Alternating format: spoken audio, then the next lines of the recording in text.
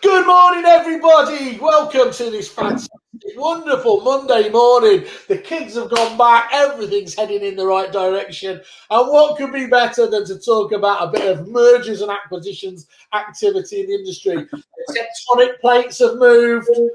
I don't want to say it was all down to me when I spoke to John and Ben, and Ben the other day. But bloody hell, you guys have been busy, Ian. Yeah, we certainly have. It's been a few months in the making, Simon, but we're delighted that Mike, the Property Jungle, are all part of the same family because it's just a fantastic business and it's going to knit in brilliantly. Brilliant, mate. Okay, well, thanks. Then we'll go then on that. That was quite succinct. You're always looking cheerful and everything, but you're looking more cheerful than ever. So, congratulations to you both on the deal. Obviously, that was announced just on Friday. It hit the news, wasn't it? In terms of So this is great, and obviously one of the things that John was he left some trail of crumbs for me there. He said we've got other things in the offing, and of course, yes, wow, it was kind of my eyes did do the old comedy double take there in terms of seeing that happening. I mean, in the world of web, in this industry, this is big news, isn't it? I mean, in terms of just suppliers anyway there. We've got Starbury, who ostensibly have been well known for obviously very well developed sites, custom sites and everything else. And then Mike, you've done thousands and thousands of sites for agents, haven't you? And indeed, I said before, you actually won the Supplier of the Year at EA Masters last year for all of that hard work. So yeah, on the face of it, it seems like a sensible fit. But I suppose let me just ask you first, Mike, what was it that kind of attracted you to the e-prop proposition? Well, Ian and I first started talking just at a sort of a pure solving a problem perspective towards the tail end of last year. Because there were obvious things that we could bring to the guild if we could sort of just work out the business side of that. And then that evolved into further conversations with John and the possibility of acquisition, etc. And for us at the Property Jungle, being able to get access to the broader levels of support, the wider opportunities with technology that we can bring to our clients, just made an awful lot of sense. And we still had the opportunity of being able to work with the guild and assist their members as well. So all we could find were positive reasons for doing it. That's what we want. You didn't go into the conversations thinking this is my end goal, but actually, as you started ticking off these issues, there became a natural flow to those discussions. Yeah, that's sort of pretty much the way it happened. Towards the tail end of last year, we were talking about the solution, evolving then into the business opportunity, and then it's really all just been absolutely flat out making it happen this year. We did, I think, the whole due diligence process we did from start to finish in 6 or 7 weeks, I think, wasn't it, Ian? Yeah, so, I think it was, yeah. A great sprint. That's really good. It was a typical Ian McKenzie, Simon, in that I made the intro. The John and Mike chatted it through, and then I left them to get on with it. Yeah, apparently there was loads and loads of work that was done really quickly, and the team did a fantastic job. Diligence hot potato. You leave that to them. Yeah, what do they call it? The locked box and all of that sort of nonsense. Yeah, okay. And from your point of view, Ian, I guess it's much of the same in terms of what John was saying the other day, isn't it? Is to be able to offer such a tier one provider to your members is a fantastic asset, isn't it? It's unbelievably so, and it's unbelievably important as well. So I'm a huge advocate. I've been an agent, as lots of people know, for 30 odd years, and of course I am from the old school of influencing people. Eyes to eyes, nose to nose, and toes to toes used to be the old saying, didn't it? But COVID changed nothing and sped up everything. Peter Knight talks about that, doesn't he? And he talks about version 4.0. And as a guild, we offer our members, as you know, so much in terms of compliance and training and all that sort of stuff. Yeah. But we didn't have a blind spot, but it was fast approaching a blind spot, which is the digital services and the website offering. We host 300 odd websites for our members, and they're at the moment in time perfectly great. They do exactly what is needed, but they don't do what's needed in the future. Yeah. And that is where Mike comes in, and that's where Starbury, Ben and Russ come in, because we're now going to be in a great place where that's concerned.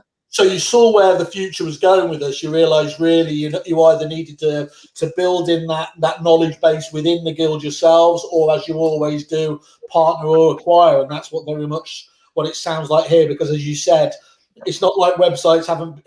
It's not like they haven't been important anyway for the last few years. But if anything, it's solidified in your mind this year that it's your most vital investment, isn't it? Exactly right. It's the digital communication and journey with the customer. Just pre them picking up the phone and having a conversation, or pre them emailing you or botting you or whatever it may be. And then that's when the human interaction comes in. There's no doubt that the human interaction is still the most important part of agency, in my humble opinion. But actually, it's probably 55-45 now, as opposed to 70-30 where it used to be. Absolutely, and continues to shift as well, doesn't it? Yeah. So I mean, you obviously, Mike, you'll have a number of guild members already, and as you said yourself there, 300 odd members already with your own websites. Look, you don't have to. You can tell me to shut up, or you'd have to kill me, as the standard line is. But I'm guessing there's got to be some sort of approach now over the coming months of being able to go out to members and say, look, this is our vision with Property Jungle and Starbury, and obviously we're going to be doing some extra special stuff for guild members on that basis. The answer is yes. It's simple as that. Yeah, absolutely. We're working on the proposition detail at the moment. Ian and I are getting together this week to spitball that around. We've got some great ideas to work with, and there's been a lot of excited interest already coming from the membership, and so we want to keep that momentum going and come back to them with some exciting news this week if we can. I think you said when we had a further catch-up just on a separate issue, Ian, your phone had been ringing off the hook, really, hadn't it, with interest at these deals last week from your own members? Within a day, we had 25 odd members say, "Can I please talk to somebody?"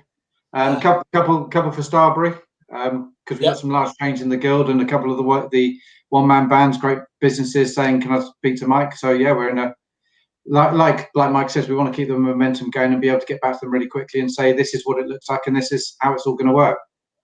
Excellent. I know maybe a guild member is going to be able to. Do you think that's going to be a matter of weeks, or is it going to take months for you to come back on the kind of way you perceive it happening? I'm shooting for days. Well, I was going to say, what time is it now? For months, yeah. Good. Well, as long as we can get your commitment live on the recording. Let me at least pretend to be an investigative journalist for 1 second. What's I suppose people, if they were looking at it from the side and say, were you just being classically greedy in Simon Wales style? And you've gone out and obviously you've got Starbury as well, and then to have Property Jungle as well. What was it that made you feel that you needed both leading companies in this field? So I don't think we were being classically greedy, but I do think we were being strategically greedy. Right. And so you could answer that, yes, we have actually managed to get, in our opinion, the two leading website providers in the space, in the sector, that actually knit beautifully with each other in terms of their configuration with the marketplace. So if you think from an estate agency perspective, you've got brands that sit at the top end of the market and you've got brands that sit in the middle part of the market, and there's a very little sort of crossover. And Mike can speak for himself, because he just mentioned before coming on air, it's only happened a couple of times in 18 years that actually there's been crossover. So for us, we just feel that we've got two brilliant companies, absolutely top of their game at what they deliver. And actually they complement each other. So it's almost like an evolution process going through from different websites as companies grow.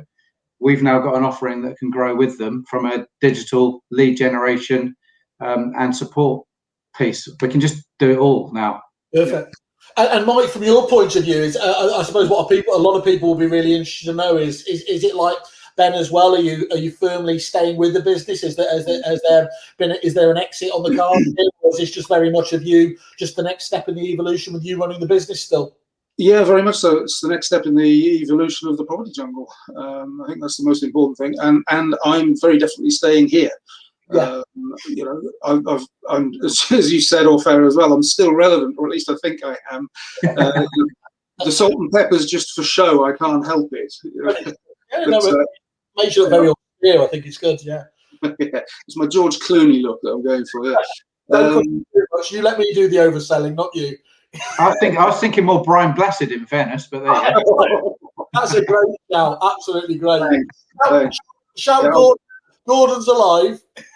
Gordon's alive. So Mike, you see this then. So how close will it get then? Do you think? Do you think you and will you just you and Ben still go head to head in the marketplace on occasion, or will there be a more collaborative approach? Yeah, I mean, we've only actually bumped into each other literally twice in 18 years. Yeah. And in fairness, on both occasions, we're both probably looking at well, this is probably more for Mike, or this is probably more for Ben. And I think we can just have those conversations early and not beat each other up in the high street. There's no loss to be considered in doing that, and only positives. And from our perspective, I think that they've got some great SEO and digital marketing capabilities there, which I think would be absolutely fabulous to refer our clients into. And so we'll be doing that from the get-go. I've still got to have some conversations with Ben, but I'm very much looking forward to it. I mean, I characterised us as what was it? The three ugly sisters. Now we've got myself, Ian, and Ben, and his brother as well. That's the four ugly sisters. We can share amongst ourselves the skills and capabilities. So it's a great marriage. It's brilliant. Really, you haven't seen me with a wig yet, though, Mike. Actually, I brush up quite nicely. So this is the weekend kit, is it? Right. Okay. Yeah. So the other important thing, I suppose, is people from outside of there is this isn't like the guild aren't kind of just then saying it's only available for our members, is it? You're still out there winning business out in the wider marketplace as well. Oh, absolutely. Yeah. Because they obviously still want to be just as successful as you can be, get all those ideas from outside, innovate and help the client base as a whole. Correct. Yeah, I mean, it's the same people, the same team, the same me, the same brand, the same services, enhanced with extra capabilities brought by being a part of this family. So it's all good for our existing clients and our future clients. And we'll carry on exactly as we were. Business as usual, but better. And at what stage, Mike, did you know that kind of Ben and Starbury were in the mix with eProp? Was it at an early stage, or was it fairly late stage? Did that at any stage concern you, or once you'd obviously heard what the vision was, it was all good from your point of view, as you said? The vision just made sense. That's the important bit. I mean, for obvious NDA reasons and early discussions stages, I wasn't aware exactly what was going on, but it came to a point where it was obvious that I should be aware in order to be able to make turn right and turn left decisions. And that was all done very responsibly and diplomatically, and just made compelling sense. I'll ask you over a pint who started talking first, and then we can start. Was it Starbury or was it Property Jungle? But you don't have to answer that now. I'm aching for the pint. Let's leave it at that. It's all positive. And do you see, Ian, do you see this from your point of view? Look, you guys, Property Jungle and Starbury have always had, very good relationships per se with the key partners like the CRM's packages. But I'm guessing, Ian, as well, this will grow into a wider vision for you now in terms of how much you can do, isn't it? In terms of making sure that really fits into those key partners. Yeah, absolutely. So we have got a sort of a 12-18 month plan of a platform where all of the services of the guild can sort of integrate seamlessly. And that's John's the expert on that. I'm surprised you didn't get that out of him last week, Simon. But that's his baby. But it's all part of the bigger plan. And in the meantime, we'll just deliver excellence to the guild members. Mike will deliver excellence to his customers, and the same with Starbury. So, and then as Mike said, we're going to be respectful of each other's businesses, because there has to be clear points of differentiation. There has to be. Yeah. But at the same time, we'll share the best practices so that it doesn't compromise anybody's business. No, that makes, and I can see the angle there, because obviously one of the challenges you've got with so many fantastic members across the, Fine and Country and the guild and everything else there, but that's a challenge as well, isn't it? Because they've all got 1,000,001 different, never mind whether it's a CRM system or all the other things. So having some central kind of ability to log into it. I mean, in my head, the minute you said that, I'm thinking of something like a Guild Zapier or something like that allows, you know, that integration point there. Does make perfect sense, and of course would help those discussions with key partners much better. Yeah, if I knew what you were talking about, I could possibly agree with you. So I'm just tossing out things that I hear other people, which has basically been my career, to be honest. Yeah. So in the early days, what do you think you can say to your mutual clients? What should they expect to see from you in let's say the first 6 months and then longer afield? From the guild perspective, it is please expect a communication about Mike's product available to guild members, seamlessly integrating with all of the blogs and all that sort of thing that we deliver for our members, etc. And Mike can speak for himself. Yeah, well, I'm very much looking forward to being able to talk to our existing customers and future customers about Ian's print capabilities, for example. That's something that we've never had in our toolkit, but is obviously something that's very important to agents. And talking to John throughout this whole process, you know, print's really kind of come back and come of age recently. So to be able to get our hands on that and offer that to our clients, I think it's going to be a really important increase in the breadth of product offering that we've got. Being able to access Ben's team and their SEO and digital marketing capabilities is also going to be very important. I think it's an exciting time to be a client of the Property Jungle, because there's only more capabilities going to be able to be available to them. Yeah, and with that final caveat as well, with it not kind of just lumped on the side of it, but actually with some clear vision about how to integrate and tie it all together, which will, you know, most agents they'll be very nervous at ending more kind of systems that aren't joined up. But if you can help get those into one basket, as long as it's the right basket, that's what agents, I believe, are looking for, isn't it? Yeah, completely. And certainly that, just what you said there, John did touch on that last week. I think that did strike me there, that omni-channel approach, which sometimes sounds a bit of a ridiculous marketing phrase, but it does resonate, doesn't it? Is that, you know, you shouldn't just be doubling down on one you know, method of marketing. And when it works best is where it is blended there. So to be able to have the digital experience working hand in glove with what is huge, obviously, I mean, it works well for the guild members, but Fine and Country as well. Some of the stuff you guys put out internally is absolutely first class, isn't it, Ian? Yeah, it really is. Henry T. Ford once famously said, 50% of my marketing works, I just don't know which 50%. In today's world, of course, with the digital leads and assets, we can track certain elements of it. It's less difficult, of course, to track print. But if my household is typical of anything during lockdown, when a magazine comes in through the door, we almost run around the house with excitement that we've got something else to read and something to do for a couple of hours. So it's again just about shelf life, it's exposure, service exposure, part of the strategy, and it's all of those things all combined, because the demographics of the UK have probably never been more extreme in terms of the capability of tech versus the lack of capability at the moment. It's probably at the high point as we speak, I would have thought. And so you've got to have the right marketing strategy for your towns. Not all towns are the same, and it's just knowing your clientele. And is this just looking wider afield as well, just from your point of view? Is this very much a statement of intent, Ian, do you think, from eProp and Tosca Fund, that this is, you know, you're interested in much more of these strategic style deals to going forwards? We have a vision that we would be a digital platform to the sector, to the guild, and to Fine and Country, etc. And of course, alongside that is the trust, integrity, and results piece that comes through all of the training, all of the education, etc. So it just blends in beautifully. It all just knits it all together. I can certainly see that. Yeah, I mean, I think it's been, you know, in the days gone. Michael know this, when we used to be at whatever it was, the Property Computer Show. Look, it was only the portals really that used to scoop up the other businesses and look at having these collections of different service providers. Then the CRM companies got in on the act, my old company, and people like MRI. And what I think is fascinating is to see, you know, eProp, you know, very firmly step into that as well. And of course, it makes as much sense as it does for those guys. everyone talks about lead generation, digital lead generation, and so the bit that is really important is that you can get the leads, you can source them, you can get the data that knows where they're coming from.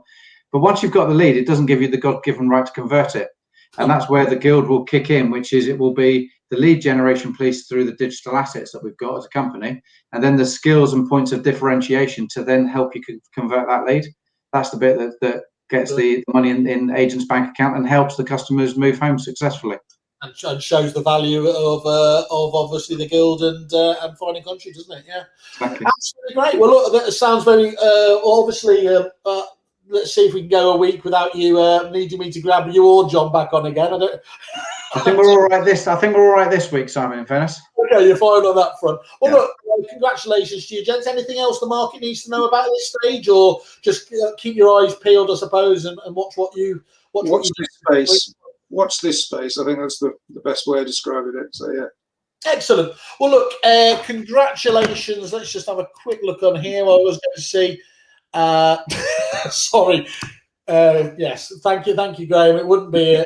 Will it be now E-Prop Jungle? And then you get the fan club as well, all the way from. Hi, Louis. Nice to see you.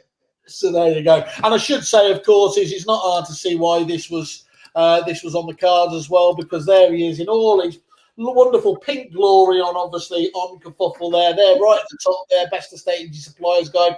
Nice 5-star rating. Go in here, see a bit more about Property Jungle and the interviews we've obviously had with Mike previously, and understand what they can bring to the table if you're not already talking to these guys. So just once more, Mike, Ian, fantastic. Hope it goes fantastic. Well, I'm sure it will do, and please keep us up to date as it goes on. Thank you, Simon. Thank you very much, Simon. Much appreciated. Cheers. Okay, guys. All right. Bye.